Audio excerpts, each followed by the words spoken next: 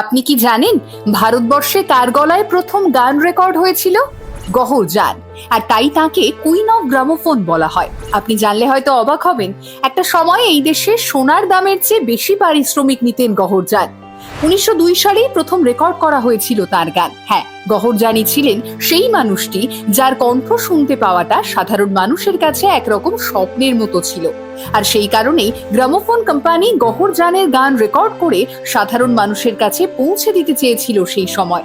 গহরজান সেই সময় রাজা মহারাজাদের অনুষ্ঠানেই গান করতেন।